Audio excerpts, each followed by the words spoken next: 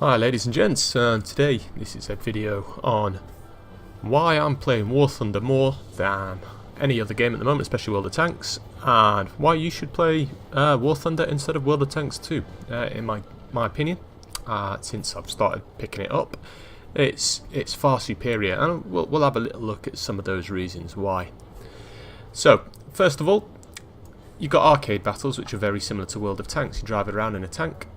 When an enemy is spotted, they get a marker above their head, then you can shoot them.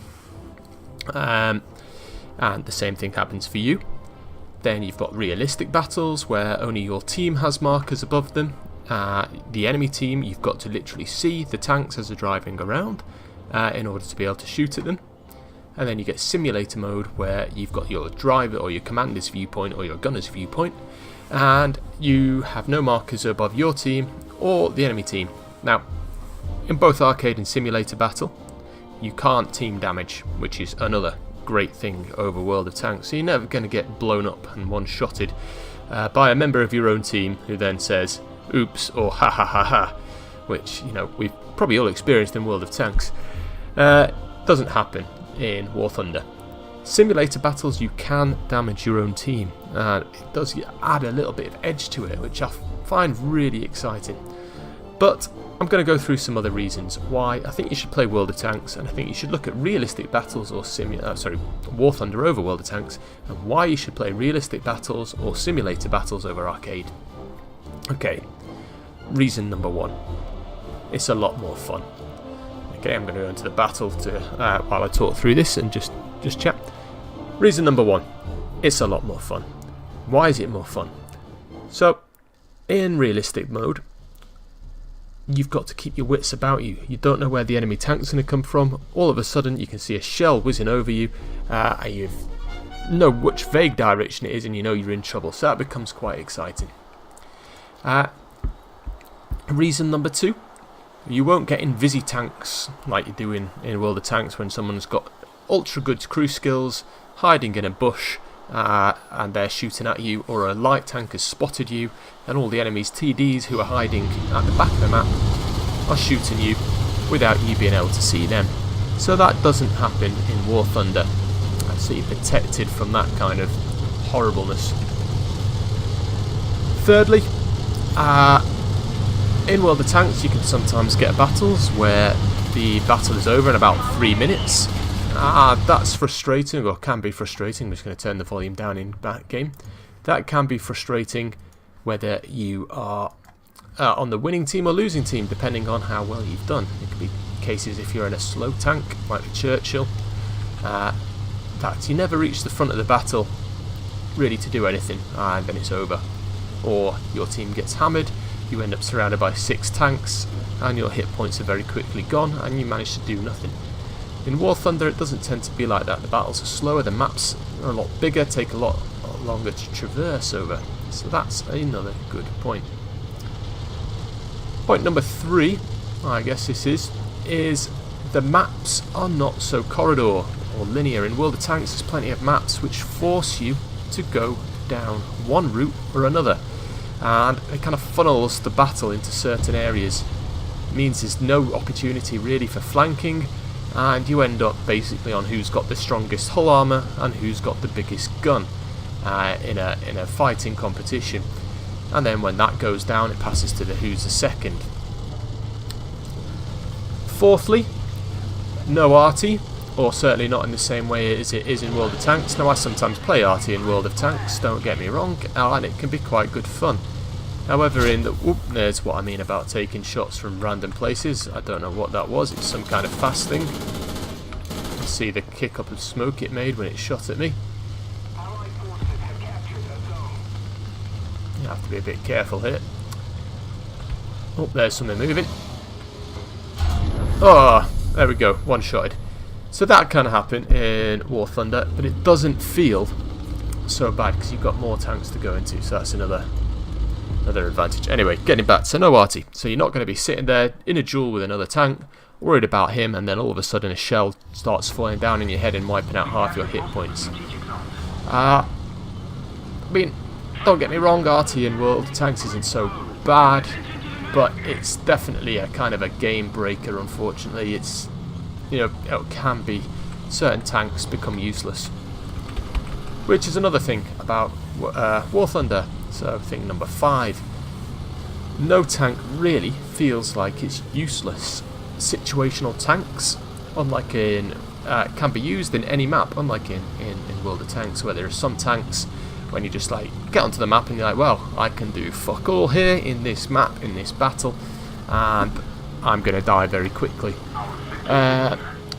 So for a good example for that would be is if you're in a city map and you're playing something like the Dicker Max here, when you've got no armour, a long reload, you've got a nice gun, but everything can penetrate you. So doesn't feel so useless, even if you're low tiered or down.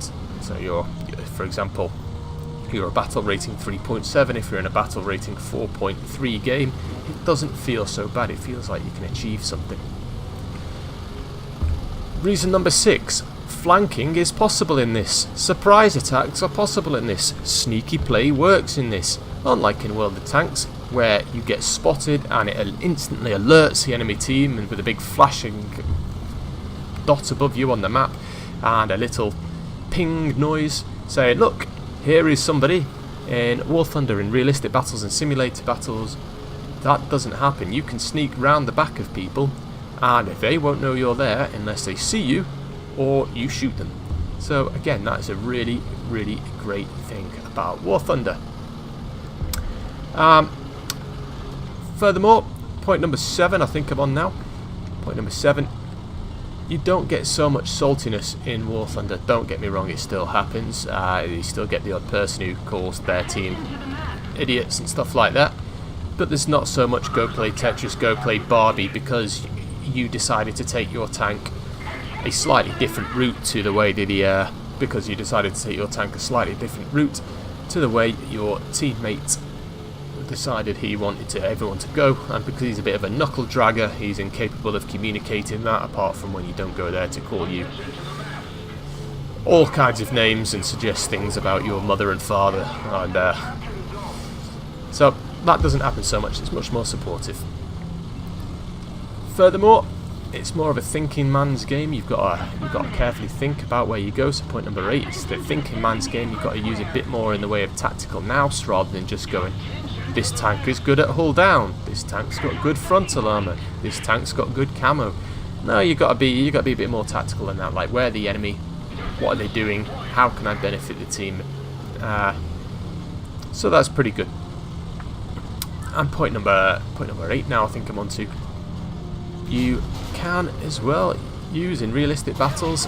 You can use aircraft. You can unlock aircraft with enough, if you do well enough, and then go and fight in the aircraft, dive bomb, and give air support, which I guess is a little bit like artillery, but you've got a limited number of bombs, and then you've got to go and reload, and it can be very hard to drop your bomb directly onto a target.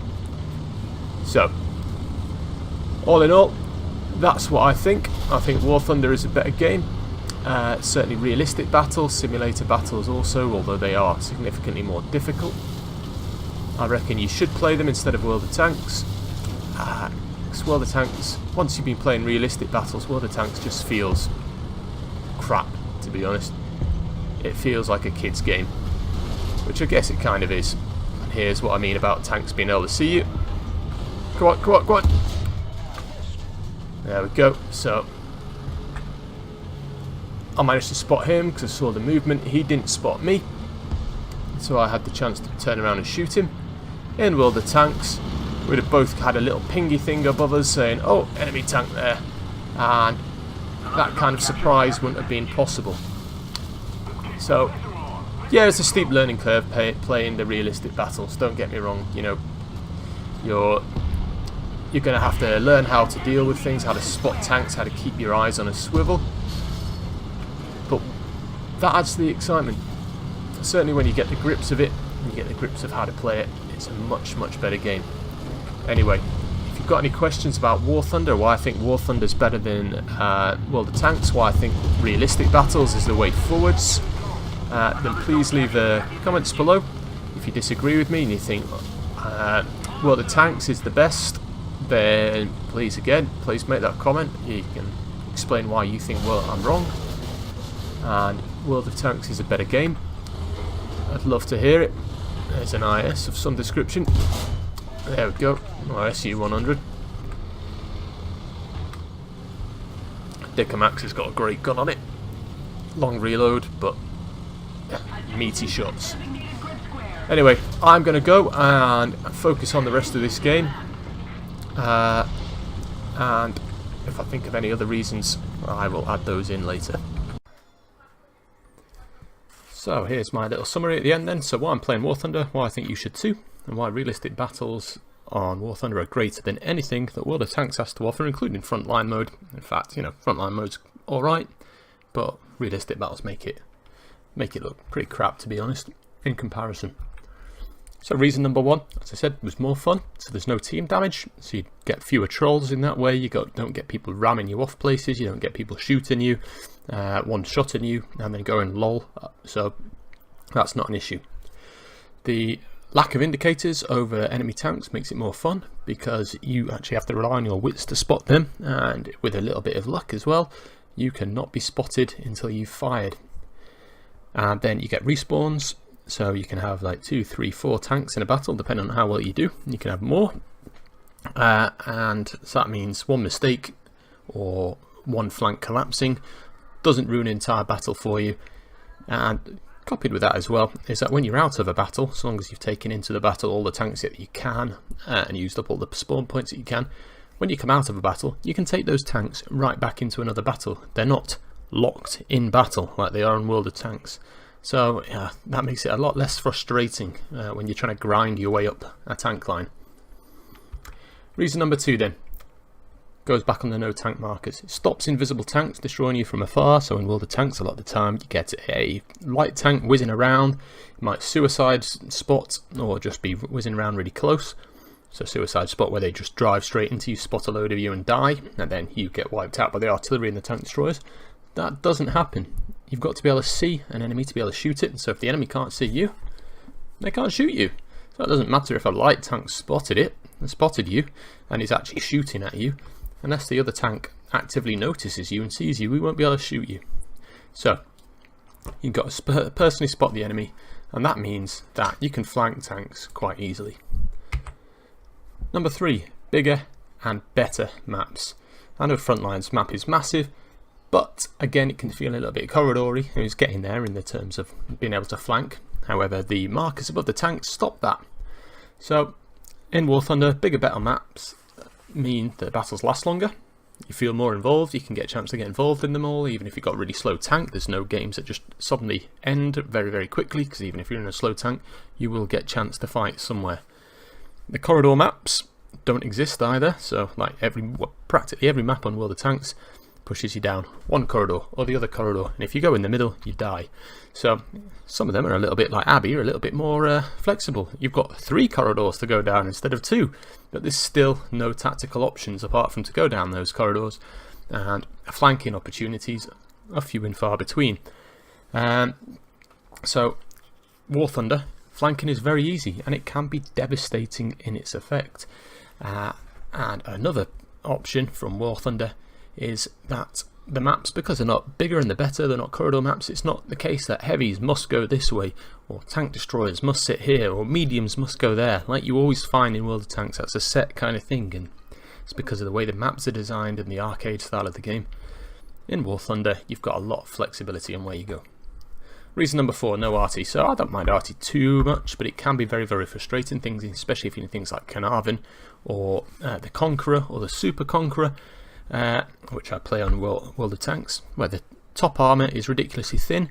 Enemy arty knows that, and you're a big slow target, so as soon as they see you, they just start hammering you, and it makes those 3 tanks I just mentioned, pretty unfun to play when you've got 3 arty in the enemy team, because you know all 3 of them are just going to zoom in on you and shell you for the entire game until either they die or you die. So there's no death from above, so that allows you to get into a few more options. There is a form of arty, but it's not as accurate, and it's not as devastating to health because of the game mechanics. Number 5, all tanks can play a role in the game. Now the exception to this is the Churchill Mark 1. It is the only useless tank I have encountered in War Thunder, where the main gun can penetrate nothing, and the hull gun, the howitzer in the hull, again, it's wildly inaccurate, very short ranged, and barely damages anything. But apart from the Churchill Mark 1, any tank can find a role on any map. So it doesn't matter if you're a hull down heavy tank, or whether you're a tank destroyer with weak armour but great gun depression, or if you're something like the Nashorn, you've got no gun depression and weak armour, but you've got a very, very powerful gun. They can all find a role on any map. Well, the tank's very frustrating at times. You get onto a map and you think, well, this tank is useless on this map, I can barely do anything. Plus, even lower tier tanks can still be effective because there's flanking opportunities, plenty of those on realistic battles. You won't get spotted if you're a bit careful, and then you can cause some serious damage even with a lower tier vehicle. So reason number 6, combined with that, sneaky play does pay off. You can sneak up on enemy tanks because the markers don't show up. There's no sound alerting the enemy to your presence, so you can literally sneak right up to the backside of a tank and then shoot them. And if they're facing in the opposite direction, they're focused on what's going on in front of them, they won't see you. So this gives a lot more varied playstyle for you, and you can even change a battle in a weak tank. You can make a real difference. You can feel like you're contributing to the team. Reason number 7, less salty. So World of Tanks, as you'll all be aware, there's plenty of opportunities for people to say, go and play Barbie, go play Tetris, your mum's this, your dad's that, or common insult seems to be called you either Polak or Romanian. That seems to be a serious insult in World of Tanks these days. But generally you find War Thunder in the realistic battles especially is a more supportive player base. People are more like to work as a team, believe it or not, and this is because in realistic battles, if you don't work as a team, you can find yourself getting wiped out very quickly. If you do work as a team, you can help inform each other where the enemy is, and that brings fire down on them. That means you're more likely to survive, you're more likely to win. Reason number 8 is far more tactical. Okay, so use of your brain. You can, instead of just going heavies must go here, TDs must go there, you've always got the potential to mix things up. So TD, depending on the TD, it might want to go and flank, it might want to go and do this. A heavy tank might want to go, rather than into town, might want to go down a valley or through a field or something like that. It depends on the map, depends on the situation.